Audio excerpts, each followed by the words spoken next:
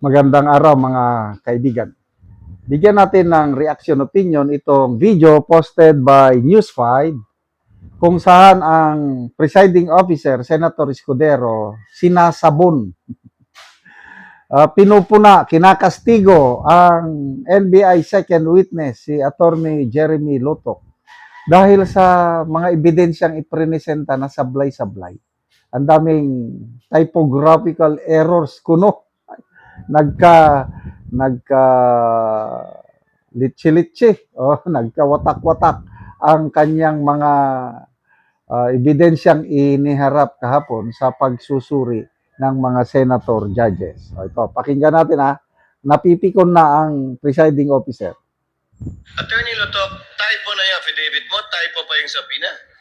Hindi po. What are you looking at? The subpoena or the affidavit? Dalawa yan eh. What are you looking at, Attorney Lotok? Subpoena, Your Honor. So the subpoena is dated November 6. Okay. And the affidavit also is November 6. Dalawang typo carried over. Kasan yung affidavit? Hindi ko pa nakita, ma'am, yung affidavit na November. Your Ikaw affidavit ang says pumirma November eh.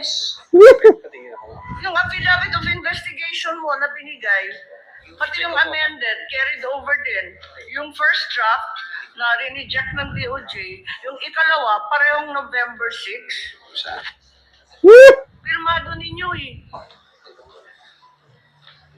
Pagkapalpak, abogado pa naman. 6, Counsel, paragraph 14 of his affidavit of investigation.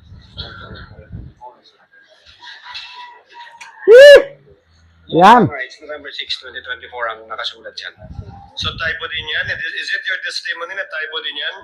I believe so, Your Honor. Kasi ang intention namin dyan is 11 December 2024. Anyway, Senator Judge Marcos, the document will let the document speak for itself. That will be the best evidence of it, if at all, of the dates of either the subpoena and or the affidavit. Yes, presiding officer, just to provide our witness a chance to correct himself for the documents.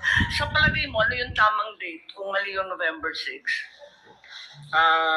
Same ho, Your Honor, doon sa mga subpoena na inisyu namin sa media personalities. Dapat magkakapareho. Sabi abogado, regional director, hindi binabasa ang kanyang pinipirmahan. NBI director, in fairness, noong 2024, hindi pa si Director Matibag ang NBI director noon. Parang yung OIC. Kasi, nung panahon yun, parang nag-irrevocable resignation na si Director Santiago. Tama ba? But, dito mo makikita kung gaano kapalpak ang prosecution. Ito namang mga private prosecutors, tatayo lang doon, hindi nila pinag-aaralan ang mga dokumento nila. Kaya, nung sinita ni Senator Erwin Tulfo, yung si Attorney Ligutan, Your Honor, hindi kami ang nag-prepare niyan. Silang nag-prepare. Nagtuturoan na sila. Ano na ngayon? Tapos, mamaya, sasabihin na naman ni lead prosecutor Gilbert Luistro, 10 out of 10 ang aming score. Ano pa? Yung si spokesperson nila na si Congressman Ortega, sabi niya, yaring-yari sila dyan sa threat. Yaring-yari sila. Malakas ang aming ebidensya. Malakas nga.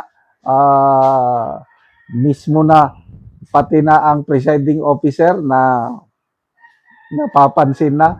But in fairness, excuse me, pati si Senator Judge Erwin Tulfo, alam naman natin kung ano yung kanyang inclination na opinion ko lang ito boboto yan ng conviction ni VP Sara. Boboto yan. Kailan? Sinita niya ang NBI. Ano ba kayo? Sablay. Sablay ang inyong mga ebidensya. Pwede ba Huwag na niyong ulitin yan para sa susunod hindi matalo ang kasong isampan niyo over technicalities. Umamin naman itong si Lutok. Kaya yung si Kalilong, expert witness ko no, na 2 linggo lang ang kanyang training sa isang supplier pa, hindi naman sa Forensic Academy expert na. Ito namang abogado, nagkadipo-dipo, nagkalitsi-litsi na dahil perma siya ng perma ng mga dokumento, hindi naman niya nababasa. Wow. Nasaan na yung mga professional na NBI agents o director? Ito, mayroon akong kababayan bago magsimula itong mga kaganapan sa NBI, na-designate siya na NCR Regional Director. Hindi ko na lang banggitin yung pangalan niya. Kababayan ko. Saludo ako. Very professional. Mamaya, bigla siyang napalitan. So, iba na ngayon ang Regional Director sa NCR. Now, I realize, yung kababayan ko ngayon, dahil matino, ayaw niyang mapasama sa ganitong kapalpakan sa NBI. So, itong 2 testigo na ito, Kalilong and itong Lutok, nasampahan ng patong-patong na kaso pala sa ombudsman. Perjury, extortion, falsification of public documents. Ganyan katindi ang kanilang witness na iprini-present. Tapos sasabihin pa nila na malakas ang ebidensya. Huwag niyong lokohin ang taong bayan. Social media na ngayon, ang daming sources ng information at lalo kayong masisira sa inyong kapalpakan. Salamat mga kaibigan sa inyong pagsubaybay sa channel nito. Nakakatulong kayo ng malaki sa tribong Talandig ng Bukidnon dahil ang sweldo natin sa channel na ito is pantulong po sa tribo. Namimigay tayo ng libreng yero at pako para makapagpatayo sila ng mas maayos na tirahan. Panoorin niyo ang video na ito. Na anak ko dire sa balay ni Karen Ngaso nga taga Barangay Tikalaan, Purok 3 San Alahay, Talakag Bukidnon. So, mao na ni ang itsura o kadako sa buslot sa iyang yero.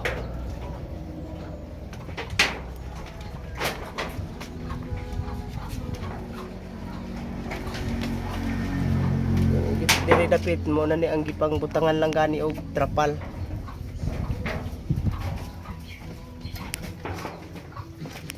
Sugi pang susugluhan lang gani ang uban. Ang diri gibutangan lang og tunnel bag. Tarpulin.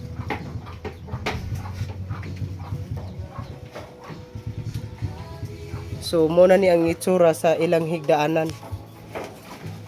O mo na ni ang gitabang nga ero nga napulo kabuok nga digis kataas.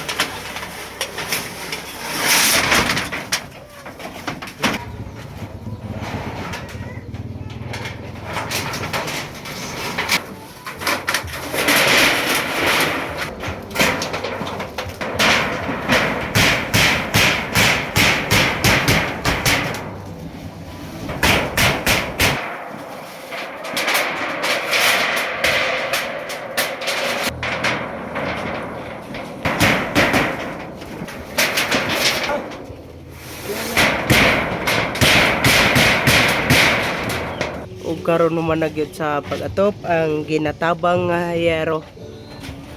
Pag-atop na sila. Karong adlaw karong tak na ako dako kay pasalamat sa Ginoo ug sa imo pod sir kung kinsa ka man tabangan pagid ka sa Ginoo dagan kay grasya kay ang 16 na katuig nga sinako karon gwapo na gid kaayo di na gid mo lusot among mata. Salamat gid kaayo. Salamat gid kaayo sa Ginoo ug sa nagtabang pod sa sin. Unta sa tanang panahon ang pagkamalipayos ti pamilya nimo ug maayong panglawas kanunay naa di ani. ginaot unta nga mupadayon pag gid ni sa dagan pang katuigan padagan pa nga mga parehas namo nga naglisod na nga sig dagan-dagan kung mag-ulan nga dagan pang matabangan nimo. Salamat gid kay. Salamat po.